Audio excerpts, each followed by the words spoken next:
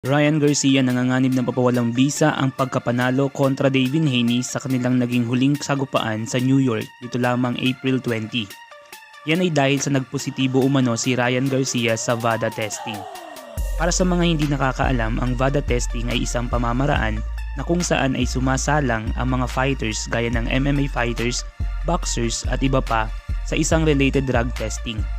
Nalalaman sa VADA testing kung ang isang fighter ay positibo o negatibo sa isang drugs na kung saan ay nagbibigay ng lubos na bentahe sa isang fighter.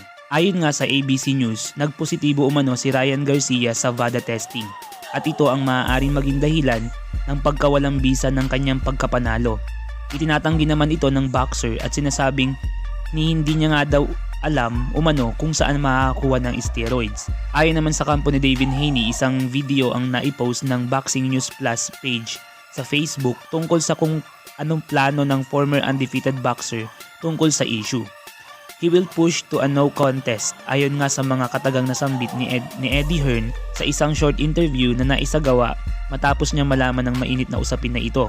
Samantala, ayon naman sa undefeated boxer na si Tank Davis, ginagawa lang umano ng kampo ni Devin Haney ang lahat upang maagaw ang pagkapanalo o mapawalang bisa ang pagkapanalo ni Ryan Garcia. Iba't iba naman ang reaksyon ng mga netizen tungkol sa issue na ito.